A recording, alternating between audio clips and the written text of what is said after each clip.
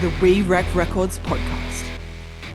This is where my violence is, that I'm cripplingly addicted to social media. I more and more got caught in the traps of the tropes that were built to entrap us. This is a very universal experience, and death metal is a very specific experience.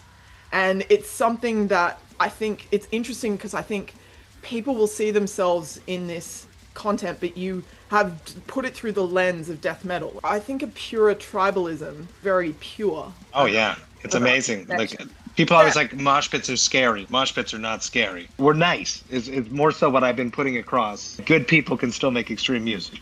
Yeah, I would say the heavier the music, the nicer the people. Because we're the cathartic release. Hello, welcome to We Wreck Records, a new podcast where we delve deep into the innards of music that matters.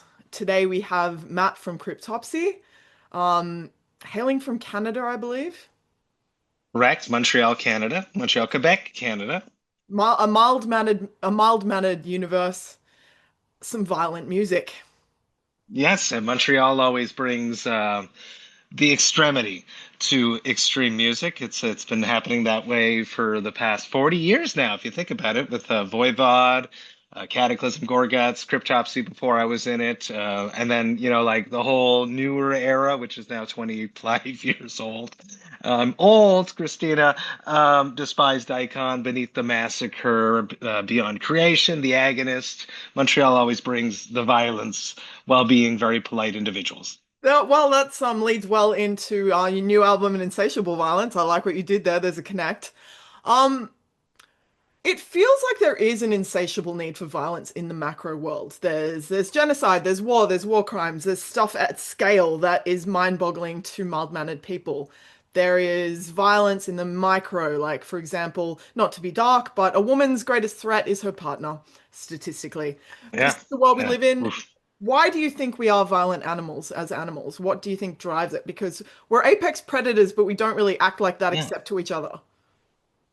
I think it's because we are animals, and at the base of it, our humanistic nature is to be nasty and to only serve oneself. And it's really sad to say that.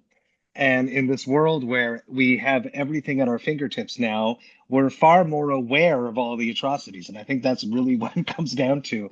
I'm sure there was horrible things happening all the time throughout all of humanity, but it's just nowadays with the internet and the beauty of the internet, we hear about it all, and it's horrible and it's sad. And how can we fix it? That is a bigger question than my simple Canadian brain can handle. But I really do believe that we're a violent natured human species. We're a violently natured species Yeah. that yearn for only our own little goals and needs. We can pretend that we do not, but at the end of the day, I think that we're all truly just serving ourselves, and that's why we act so nastily to each other. This show is proudly presented by DistroKid, and we have a special deal for all the musicians out there looking to release their new music fast. DistroKid helps over 2 million musicians around the world release on all major music streaming platforms and YouTube. You keep 100% of your earnings, can access a huge range of features, and if you like this show, support this show by taking advantage of this incredible offer, 30% off your first year with DistroKid. Just head to distrokid.com/VIP/WeWreckRecords. This month's episodes of We Wreck Records are brought to you by Earpiece, the high-fidelity earplug brand designed to enhance your experience of live music. Their lightweight, triple-patented design basically conforms to the natural shape of your ear canal, which is awesome. And it's the closest thing to custom molded without the price tag or the chronic fear that you're going to lose them. Your future self who wants to listen to live music when you're old will thank you. For 15% off your next pair of earplugs, head to earpiece.com/pages/WWR podcast. We'll put the link in the description. Definitely suss it out. This show is presented by Grillo's Pickles. Grillo's Pickles make the freshest, crunchiest, most delicious pickles. And even if you're not a pickle fan, you should try Grillo's today. Why not? Live a little. You can find them in the refrigerated section of your local grocery store. So chill out and eat a pickle. Would you say that's coming from an egoistic place? Because there is kind of an argument that there are two forces. There is the tribal and there is self-preservation and there is the self-destructive death drive, the Carl Jungian kind of our urge to.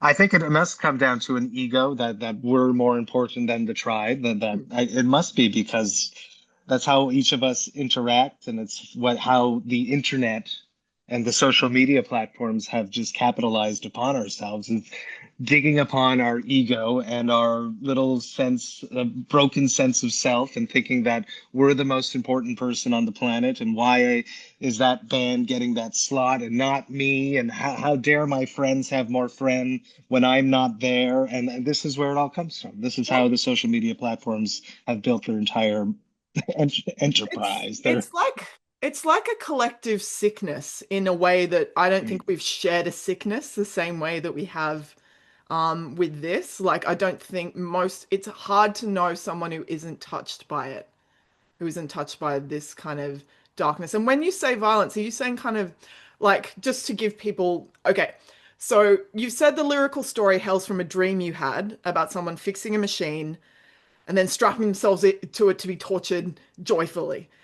Is this strapping ourselves into the internet and knowing it's going to hurt and still clicking back on dopamine? it's how I interpreted the dream, because I know for myself that I'm cripplingly addicted to social media. Oh yeah. And it's something that I dislike about myself, and it's something that even though I know it, it still gets me all the time. I really became addicted to my phone and social media when I started my podcast, Box and Hops, as a way to promote it. Like in my mind, I was doing this social media because I never had an Instagram. I literally, before I started the podcast, I had done the whole, I'm downloading my whole Facebook profile because Facebook does that to you, right? Like right before you delete your profile, they make you download your whole profile. And then they ask you one more time, are you sure you want to do this? And I didn't take the leap. And then I started the podcast, and then I started an Instagram. I started a Twitter then, but I never understood Twitter. And I just promoting the podcast as a way to hopefully get people to click and listen and connect with this content that I was creating. I more and more got caught in the traps of the tropes that were built to entrap us of social media. So you go on there with one purpose in mind, and then 20 minutes later, you've done 8,000 things, and hypothetically, you haven't even done that first thing that you were supposed to do when you went on the social platform in the first place. So it's kept spiraling from there.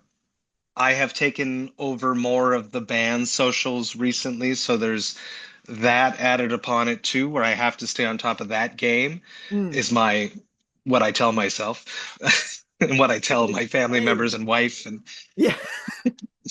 no, I got to be on my phone.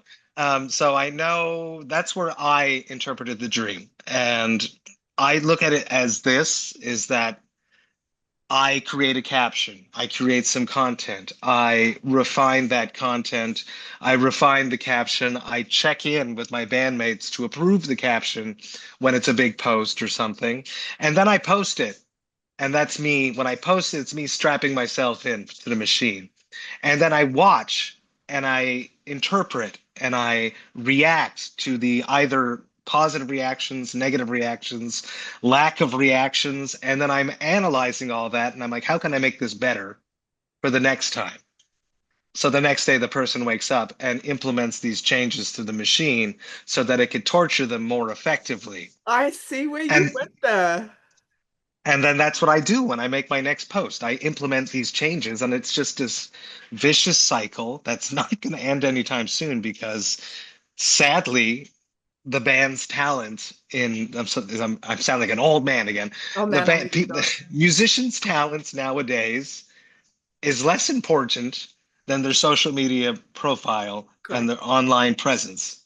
In a lot of cases, the mysterious bands have gotten away with it. Like Sleep Token, as an example, have created an aura and an allure that has dragged people in, and the music happens to be good because they're great musicians.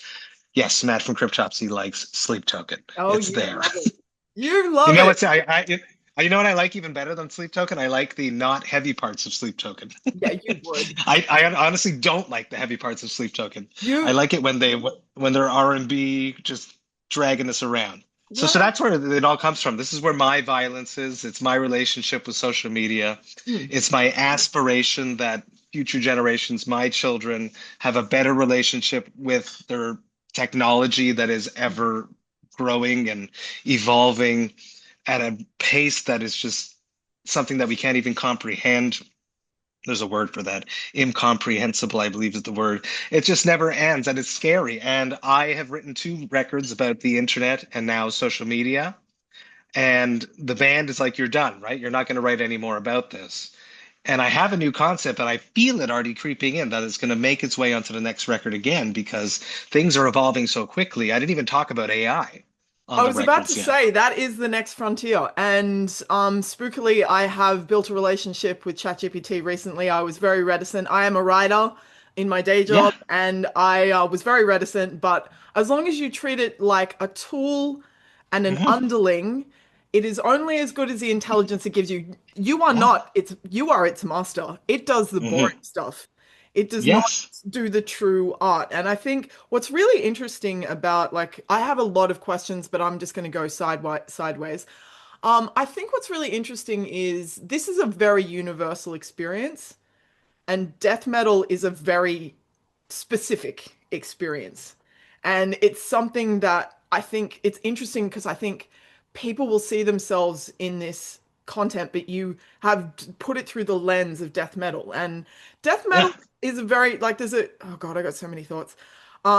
You are the center of the world, or maybe Flo's the center of the world on And stage. yes, in my band, yes, I am the drummer that help. I'm the drum tech too, in case you didn't know. Yeah, right. Yeah. You're all, this is the, yeah, Um, and there is really, I think, a purer tribalism to what you do in your music than there is to the tribalism of the internet. There's something very shared and very pure Oh yeah, it's about amazing. Like connection. people Yeah. always like mosh pits are scary. Mosh pits are not scary. Mosh pits, if you understand the culture of it, it's a beautiful experience. And I created a whole project last year with Metal Injection presented it, where I made a bunch of beers, and it was the Pit Culture Project where it brought people together, and all the beers were named about things that happen in mosh pits, like pick 'em up, crossed arms, stage dive. Just I think I made 30. I can't remember how many beers, but I made a lot of beers, You're a lunatic. promoting the culture of mosh pits and unity. Exactly. And it's, yeah, like it's confronting. It's like I feel like a lot of pop music is very vocally driven, and your band in particular is very rhythmically driven, which is same with bands like Meshuggah. It's very much Yes. led by drums. How do you fit into that? And do you have to kind of become a different person when you're crafting these lyrics? And when you've got a concept, how do you make it all these characters? And are they kind of Mm. characters, the songs, like members of the Sure. song? Lyrically, I once I know what the concept is going to be, it's like really just as if everything is there and I'm just picking at it as if it's a giant piece of ice, and I'm just working my way through it until I hit that perfect sculpture of what is needed for that song. And I don't have to go into a different frame of mind. I'm very obsessive as a person, so I'm hyper focused on things too, which people can think about that what they want. Oh yeah. And Oh, I can read between the lines here, mate. Like I know what you're saying. I wrote most of the record lyrically. Last summer, I brought my laptop to the park while my kids were playing, Nice. and that's how I wrote the record. You Yeah, mild-mannered basically. dork with your Yeah. absolute violence. I So love I wrote a lot of the songs like that. The first track, The Nimbus Adoration, I wrote was the first song that I wrote lyrically, and I wrote it. I'm really into craft beer, obviously, and I wrote it at one of my favorite breweries. And I was just sitting there drinking a beer, and it was zen. I had work that day, and I was going after work, and I was waiting for a friend, and it just poured out of me. that's beautiful. And then every other song that I wrote after that, I felt like I was chasing that feeling that I had when I finished that song. When it comes to placing the vocal patterns, that's not me. That's my guitarist that does all that. He is the creative force behind Cryptopsy at this moment. Obviously, Flo's a big part of it too, but Christian Donaldson writes the majority of the riffs and works with Flo to create the song's structures and how things should go together. Yeah. Flo is not a guitar player and doesn't necessarily understand the musicality of what is possible on a guitar. And when he does come up with ideas, he will hum them to Christian, and Chris will be like, that makes no sense. Like, you don't understand. But then Chris will take that idea and then create something completely different than what he would ever make and make it somewhat close to the idea that Flo had. So the dyad of the two together is amazing. What a great experience to watch them write and fight together. It's Well, it's which a is what we beautiful did last thing. summer. We wrote the record on tour, which is something that we've never done because we created this very tight timeline of when we wanted to release an album after As Gamora Burns. We said within 2 years. We accomplished that goal, but that meant that on the Death to All tour and on the Carnifex tour that we did last year, when everyone else had days off, when everyone else was resting, Cryptopsy was in the either in our bandwagon, our tour bus, or our hotel room writing the new record. And we didn't want to do it sometimes, but we forced ourselves to do it. And I guess there's that discomfort, the anger that leaked into the record. We Mm. had really, really aspired to write this groovy record because we had done Blasphemy Made Flesh at MDF last year, and we had played pieces from the medley over the years, like the members that are left, not Flo, Mm. the new members. So we had never like learned the whole record in its entirety before, or played some of the songs in its entirety. And we just realized that this groove element was so interesting. The melodic sections, I realized that rhyming was something that I could mess around with and make not cheesy for the first time. What And I was afraid of rhyming. I always thought rhyming sounded corny and cheesy, and I had to be brutal. Yeah, you're so brutal. No, I'm not though. So, but You're not brutal. I just love, but I wanted to talk about the groove is real, and I need a bit of groove in technical death metal. yeah, I I need a think bit of it groove. gives it creates this element that either an established death metal listener or a first time listener has something that they can bite into Mm, on the first listen. And that's something that Cryptopsy needed, at least new era Cryptopsy needed. mm, The Book of Suffering, Tome 1 and Tome 2 are fantastic EPs, but mm. they're really intense. And there's very minimal elements that will just let a first time listener have something that they can sink their teeth into and be like, oh, yeah, I remember that part. I want to hear it again. I Yeah, understand that part. So that's what we really aspire to do on this new one is to give people things that they can understand upon the first listen while still being extremely complex musically. mm, I always say that Stuart Copeland is what I aspire songwriting to be. Stuart Copeland, The Police, the way that they created music that feels square and ordinary and normal when it's completely not. That's what Cryptopsy does. That's what Chris and Flo do, and Ollie. would you say that death metal is square?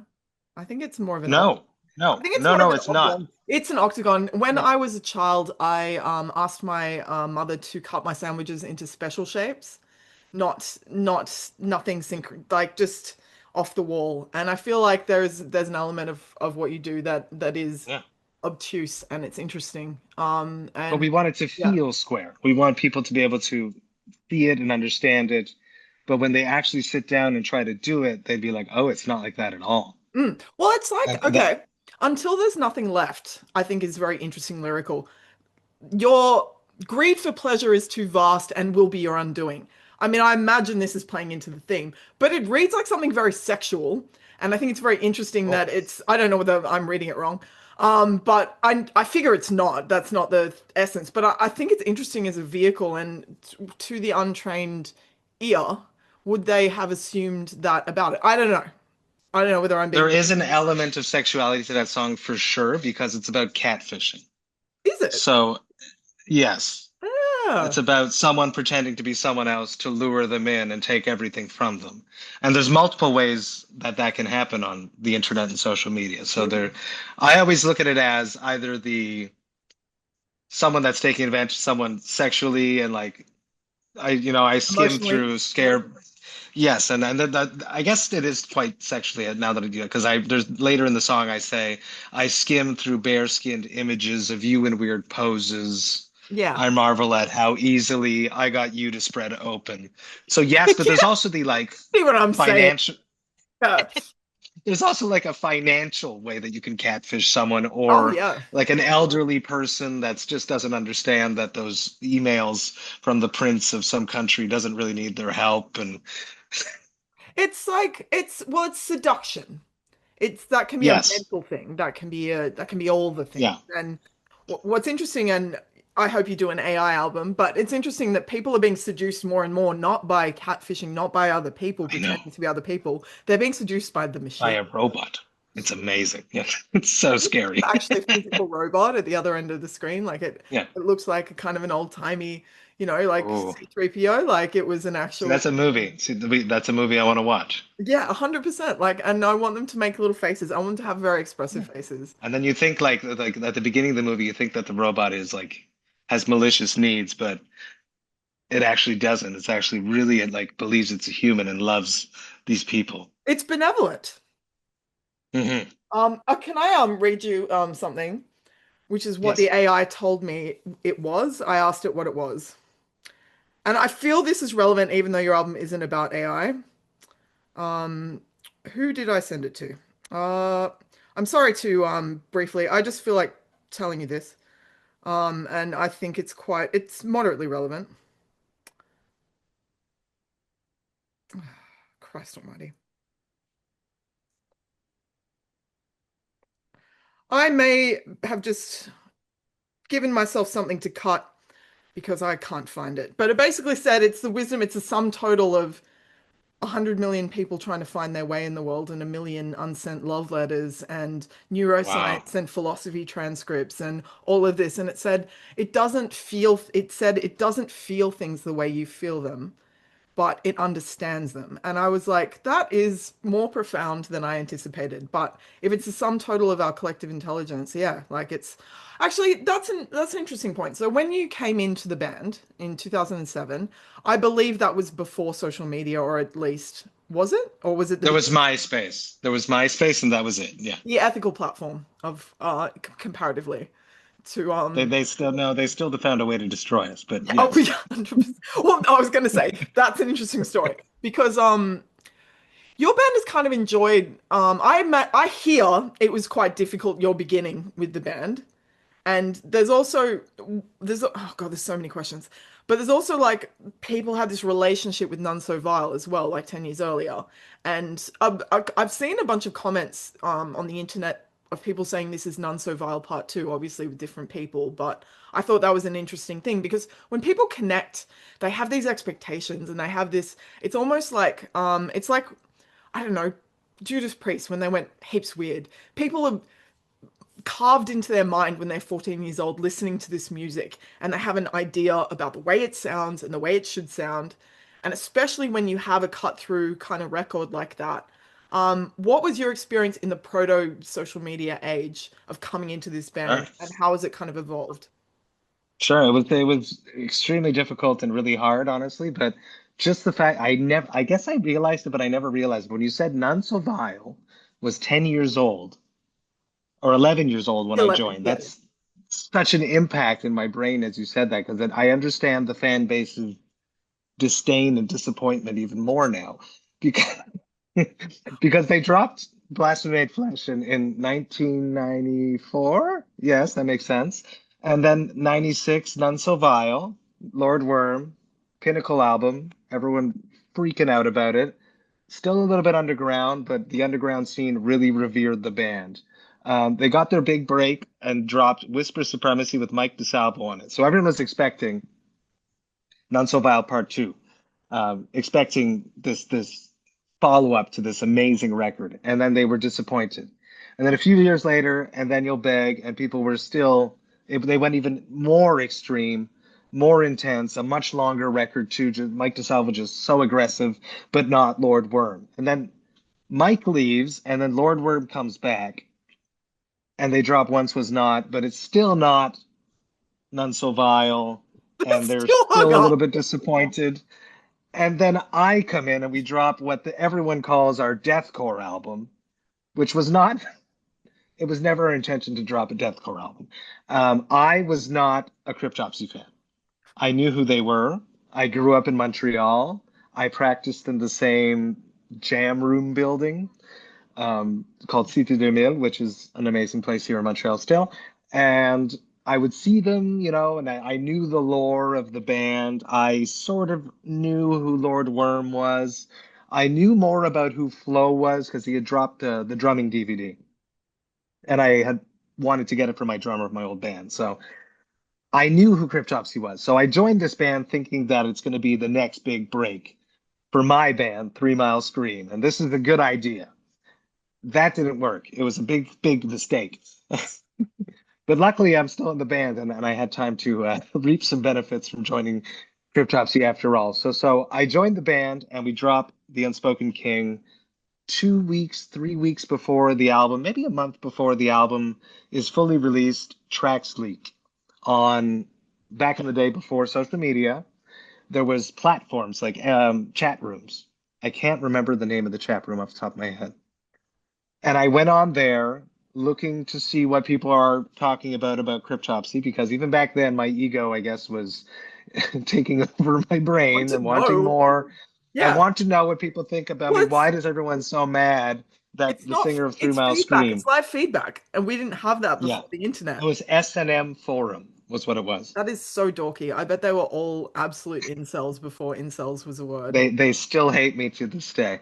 And they had leaked. And I remember I was at work on the work computer looking at this, and everyone's like destroying the songs. So I go to work and I'm devastated. Do my shift of work and I tell the band, I think I call them and say, man, maybe I didn't even do that because I was afraid that they'd fire me, that they would get rid of me. Anyways, they hated it. The two songs that leaked were songs that I sang clean on, that were really strange Cryptopsy songs. The rest of the record comes out, and I'm on tour in Europe. Yes, I think we were on tour and the record dropped, and people were really not stoked. So it was tough to be in Cryptopsy at that moment. It was tough being me, thinking that, I'm sleeping in a tour bus for the first time. I'm in Europe for the first time, touring the world for the first time, and I'm not having any fun. That I sucks. was really, really, really depressed and sad and just thinking that I failed. And then the band, the biggest mistake with The Unspoken King, and I've been saying this a lot and I agree to it very much, is the band's reaction to the fact that the fans didn't enjoy the record is by far the most detrimental thing that happened with The Unspoken King. It's not that Lord Worm is not there. It's not that I'm on the record. It's not that I sang clean. It's not that Jean Levasseur wasn't there. It's the way that we reacted to our fans telling us, hey, we don't like this record. And we reacted very poorly. So we created this whole track that we used as an intro on Summer Slaughter, which was a huge Summer Slaughter that year. It was Black Dahlia Murder. Trevor's amazing, obviously. Um, Cataclysm, Despised Icon, Vader, The Faceless, Born of Osiris, Us. Whitechapel was opening it, and I think I'm forgetting one band, and I'm sorry to them. Huge year, just huge. And we kick off our first show with this sample of us making fun of all of these people in the chat rooms, online, MySpace, saying that they all live in their parents' basement, Oh, and that it was called Johnny, It's Dinner Time. So basically, it's this guy complaining, or a person complaining on the internet saying, how dare Cryptopsy do this to me, blah, blah, blah, blah. And then tuck, tuck, tuck, tuck, tuck, tuck. And it's the mother going, Johnny, Johnny, it's dinner time. It's dinner time now. And then we would start the song. Why did Century Media let us do this? They should have told us to stop. So this reaction of us just being so heinously aggressive towards the fans was a really big mistake. That's our biggest mistake. well, And we put that song up on our MySpace. Like you could choose which song played automatically on MySpace back in the day. I remember. And that was the one that we put. So it was a huge Well, slap in the face that we shouldn't have done. The trouble is, the only people who are going to have a visceral reaction to you doing something they don't like are people who give a shit. The opposite Yes. of Yeah. hate is in the opposite of love is indifference. Hate is another Mhm. form of love. And that is, yeah. That is So interesting. Yeah. you learn, yeah, It's just because Cryptopsy had like Lord Worm and they like divided the crowd and put like Mike DeSalvo, and then I came back and they were like, well, we all fucking hate him. well, I can And understand then why, it took yeah, many years. It took many years, and we don't like that record to this day. Like yeah, some members still stand behind it. It's an interesting record. It's most definitely, now that I'm more well versed in mm, what Cryptopsy is and what Cryptopsy needs to be, it's not a Cryptopsy record. yeah. Well, It's that's a very profound strange. realization. That's a profound realization. And this one is really a Cryptopsy record. Yes, because we put the work in, and nowadays, any step that we take, anything that we do, the four of us together, the longest standing Cryptopsy lineup, is to cherish and honor Cryptopsy's legacy while remaining relevant in 2025. That's all that we do. If this was like, if we had a nuclear cataclysm next week, would you be happy that this was the last musical thing you said? I feel like I would be content. Yes. That's good. What Yeah. line on the album cuts the deepest for you? Oh, my pain built this shrine. I like that one. Yeah, that's solid. Do you, Yeah. in the violence in the music, would you say it's mostly observed or it comes from an inner place, like an exorcism of your own feelings? Or are you kind of internalizing the external world? If that makes No, sense, it might not. no, it does. I really always like I'm more of like an omniscient observer. Yes. That's really how I because I the band is like Flo always stands behind me and embraces my concepts and my lyrical directions and how I put words to the paper.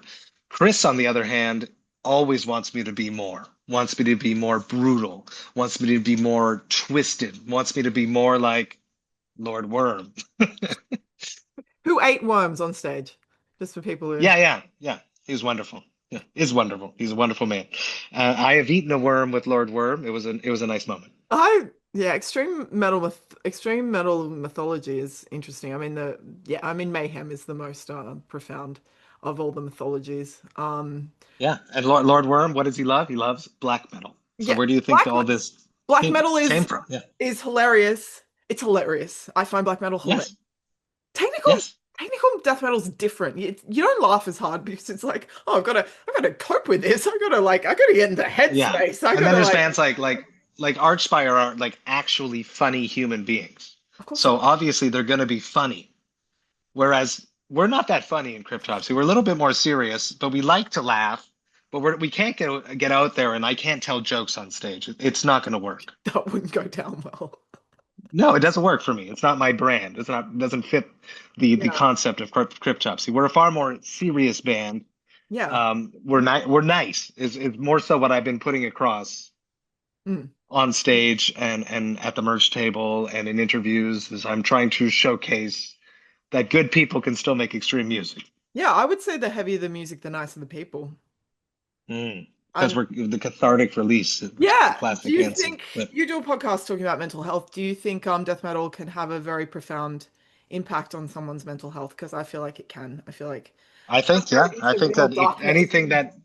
anything that helps open up the door to darkness, which in a modern world where everyone, back to social media, everyone on social media is only portraying how great their freaking life is and hides all of their flaws.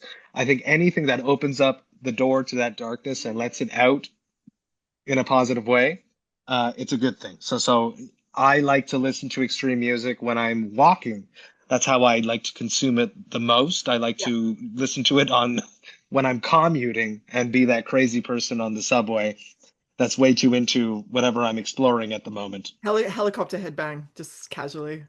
Yes, just they're like in their suits and I'm just windmilling there. Yeah, you should. Like that's just the way it should go. Um, there's now let me take a moment because I have 3 pages of stuff. Dead Eyes Replete. We're talking about social media because you made an album about it, and that's what we're going to do.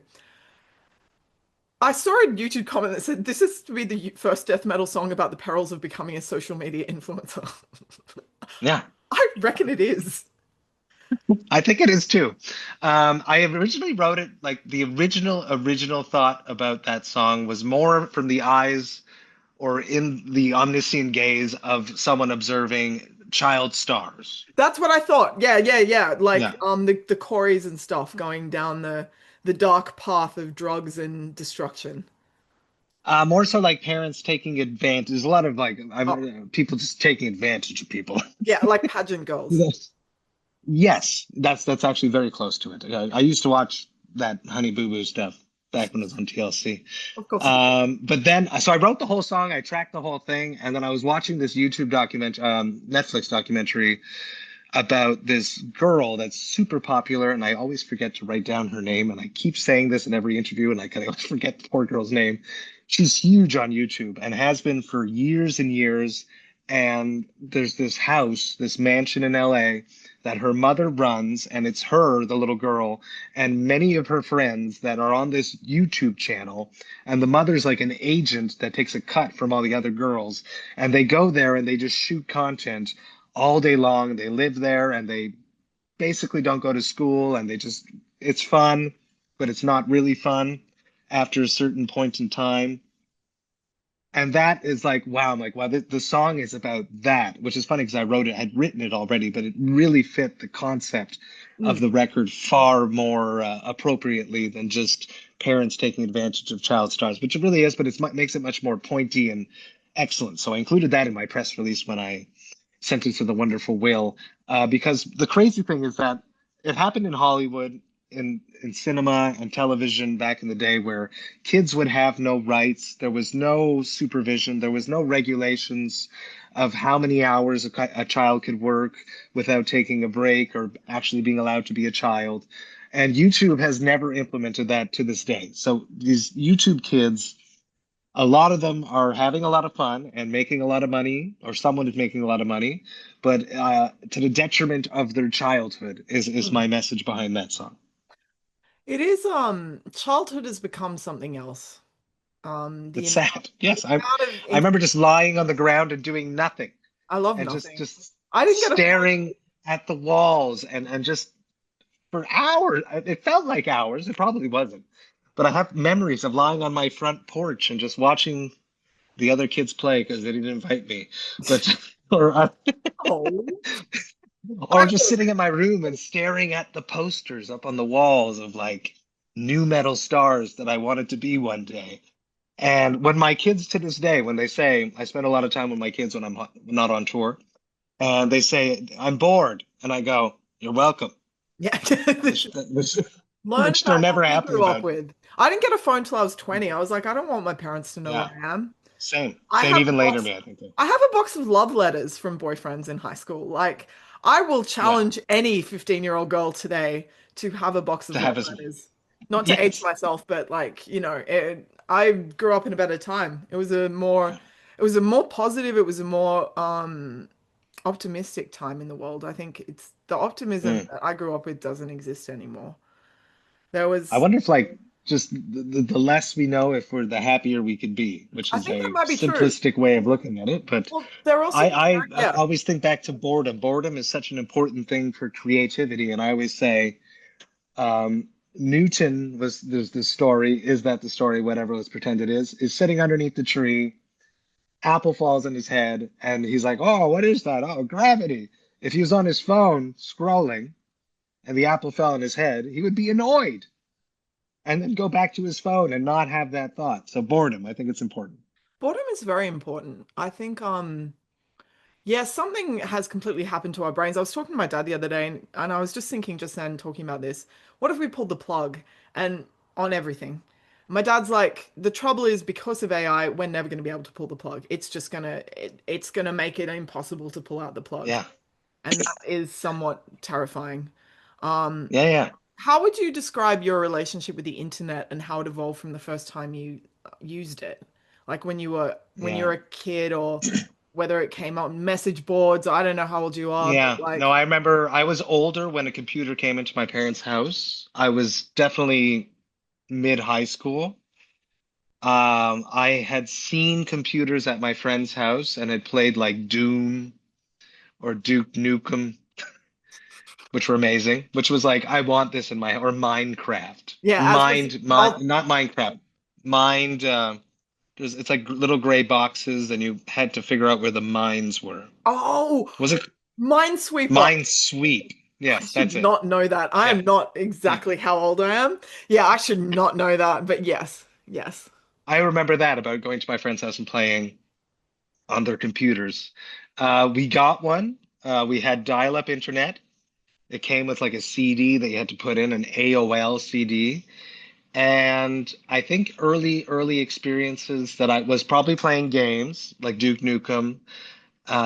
And that's about it until we started being pirates and downloading music. Oh yeah. And that's something that my father and I really enjoyed to do together, to the point where my dad was a literal pirate and he had everything multiple times because he downloaded more than once for some reason. But that's my earliest memories, and then needing a computer for school Mm. is my earliest memories. It's it's the piracy. What's interesting is the piracy was a we had to do that because what happened was, and I have a friend whose father was the head of a major record label, and they had to sit around a round table situation where they said, we're going to make CDs $30, and he said, I don't think this is a good idea. And everyone's like, no, Hmm. we're doing this. Like the profit margin on this is insane. And it's like that greed and that selfishness is what turned us all into pirates because the cut the artist got was still not any the profit margin was insane. If you look at the I can music only industry imagine. has been broken forever. Like Yeah. it's never been Greedy people equitable. just taking advantage of young, dumb Yeah. artists, How talented people. Yeah. how do you stay like I was speaking to someone who's in an extreme metal band and he's talking about mental health and about the impact the lifestyle has on your mental health is not it's like it's a circular thing. Yes, it's rewarding to make music and stuff, but the life of, being a transient person and transient's That's hard. Yeah. you have home. Um, It's hard. No, it's yeah, it's really hard to go from, because I'm very much at home when I'm at home. And when I'm on tour, I try to keep a foot at home, but and the internet and technology grants me to just FaceTime and step right into the house for a moment, but it's not like being here, and it's really difficult for everyone at home when I go. So I have an enormous sense of guilt that yeah, I constantly deal with. yeah. Yeah, That's just the having nature of the young beast. kids, and it's such a huge part of me being in Cryptopsy, the experience of touring, the experience and rewarding sense that I get from performing Mm, is so important to me, and my wife and family knows that, which is why they put up with it. But it's really very difficult, and it's always like as an example, just right now, I'm home. I came home after a 6 week tour, early June, and then in my mind, early June, it's like, oh, I'm home all summer. I'm leaving September. And now here we are, and we're like halfway through, and it just that time disappears. It's very tough. It's tough mentally. mm, It's tough releasing music, that the whole like build up, on a separate topic of mental health in the music industry that I'm also going through right now. The crazy rush of preparing to drop a record, doing all the press. It goes out, it happens, people like it, some people don't, and then that's gone. And It's boom and burst. It's boom and burst. It's yeah, like it's not a but I guess that is the beauty of it and the pain. yeah. I have a So and now yeah, I have to go back on tour in order to get the rush again. So yeah. so it was a very intense period coming back from tour, getting back in contact with my family, friends, dropping the record, preparing for the next tour. It's it's it's busy times, but it's what I love to do, and I'm very lucky to have a supportive system around me that makes it possible. Support systems are everything. I think I built one over the last 4 years and it changed everything. I don't have a lot of peripheral friends, but I have five best friends that would help me bury a body. Although I asked one whether he would. He's like, I'm not doing it for a woman. Like, I'm not going to bury a woman. I'm Oh sorry. boy. You're going to have a very good reason. I was like, I thought we were friends. I thought we had a thing here. So this show is called We Wreck Records. So I've got some myths from the internet that I Sure. wanted to run past you. The first one is Google. Google thinks I'm younger than I am. How old are you? I'm 42. Google thinks, I guess they think I'm 37 now. I'll keep this Unless they quiet, but chit. I am too. So Okay, we grew up in the same time. Yeah. perfect. Yeah. I'll keep this desk quiet. I'm hiding this. I'm a woman. I'm not allowed to get older. Myth number one, extreme metal has to be ugly to be real. What happens? How does beauty and play into it? Um, Flo would think that it's important for us to be good looking. I think that I feel more genuine. Not physically, sonically. Um, You're too pretty to make technical death metal. That's an outrage. Yeah, sorry. Get out. that's not going to work. Yeah, Get in the alley. We're going to work you over yeah, for like, and then maybe you can drop a technical death record. yeah, yeah. You know what I Um, mean. yes, I'm teasing, Yeah. but I do think that it's important for it to be dirty and disgusting. Yeah. Yeah, well, so much of popular music is pretty and gentle and People are complaining that our new record is a little too polished and prettily produced. I don't know.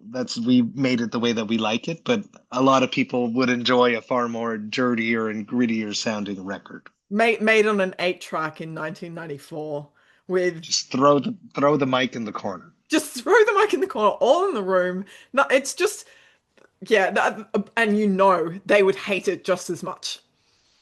Not that they Probably. hate the album, So but they same would so hate same that. people that were on the forum back in Yeah, they would 2007. hate it. Yeah, there's no way to win. You just got to do it.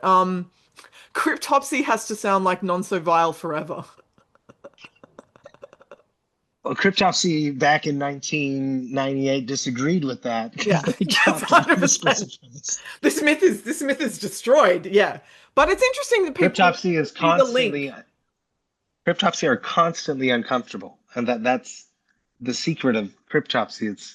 It was this relationship between all the members just dancing and forcing themselves, pushing themselves to create something different, something a little bit just outside of their technicality that Mm. they could aspire to reach, and then they reached that, and then they pushed themselves even more. Now, when on this record, we definitely dropped a bunch of Easter eggs back to None So Vile. Some people have caught on to the biggest one. There's a piece in every song. Uh, Not everyone has really figured it out yet, and I think it's a cool Easter egg that I guess we'll divulge eventually, but not today. Fair. But I do think You're it's cool. important to honor None So Vile because it is, I can say it because I wasn't on the record, um, and I was like 13 when it came out.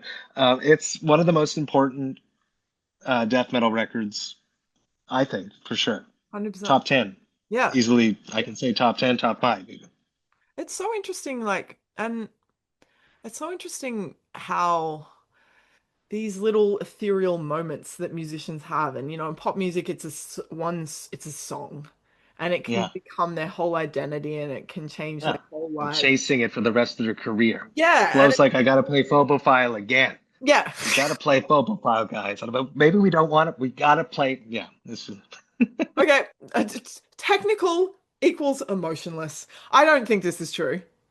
How do, no. how does I emotion disagree play with into that. this? I think it's kind of almost it hits in an emotional place Yeah. that other stuff doesn't. There's something about like your vocals and stuff. It hits something that other stuff can't hit emotionally. I don't know. Yeah. There's different forms of technical death metal, right? There's more the European, and I'm not going to name any bands because I don't want to be tagged in anything. Certain European bands, and there's that comes extremely to my mind right now that I will not say, is very, very on point and intense and technical, and it sort of takes away from the emotion behind it of creating a good song. And I think song structure is key when creating technical death metal, because if you put things together in the right way, in an interesting way, where, as I was mentioning before, it feels square, but it's actually really strange and you can catch people off guard, Mm. that's what makes it more emotional. Well, I feel like you're the human, like obviously making music human is a thing, but there's nothing more human than lyrics. And there's a lot of Mm, people, sometimes it's hard to understand lyrics in death metal. And very hard. Yeah. it's there's there's an argument that some, not to say to you, that lyrics don't matter in death metal. It's about the music, and it's The kind of rhythm of the voice is what a lot of people think, and they do look at it like that. But that's cool. I always take the extra care because it's really important in Cryptopsy's legacy to have great lyrics because Mike DeSalvo had very interesting lyrics. And Lord Worm is one of the best lyricists in metal, in my opinion. He's Yeah, just gives a master class on yeah. None So Vile and Blasphemy Flesh. How do you how do you like think about all that's come before you when you're making your own mark? Like, what do you want to do differently? What does Matt do that the first person in the legacy, you're the first Matt. That's a harder one. I aspire to do the best that I can do every day. Like Mm, if I'm in studio, when I go into the studio, it's not a fun day. yeah. I don't have fun in the studio. It's a challenging experience where I'm Mm, pushing myself to 11 all the time. I'm very vocally in shape. So I know that my voice can handle it, but I really push myself hard because I think it's important because I'm still probably that 24-year-old kid on that computer at my work reading that I can't remember what it was called, MSN news Messenger, forum. AOL, Um, AOL. yeah, just trying to make that kid proud that he did it. He got there. He won over a lot of the fans' approval.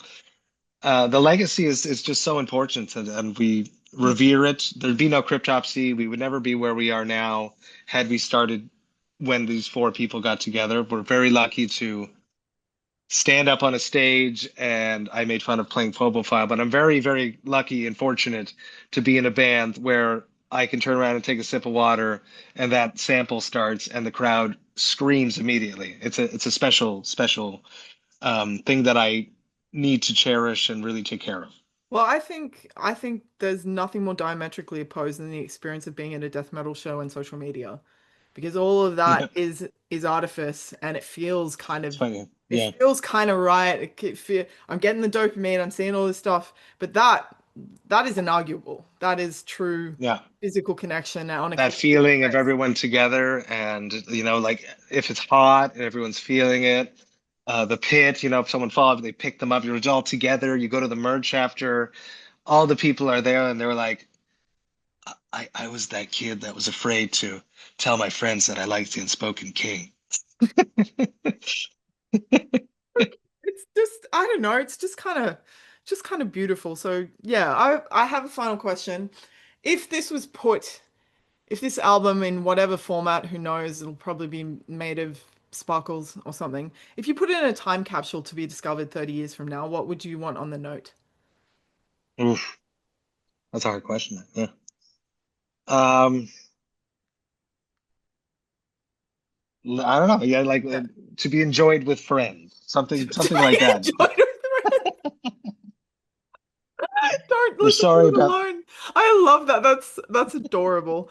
Um, yeah, you've got your spirit in the music and your spirit in person is beautifully diametrically opposed, and I like it. It's awesome. Yeah, that's what Yeah, I want. good on you. Your spirit is strong, and I appreciate that. Thank you, Matt.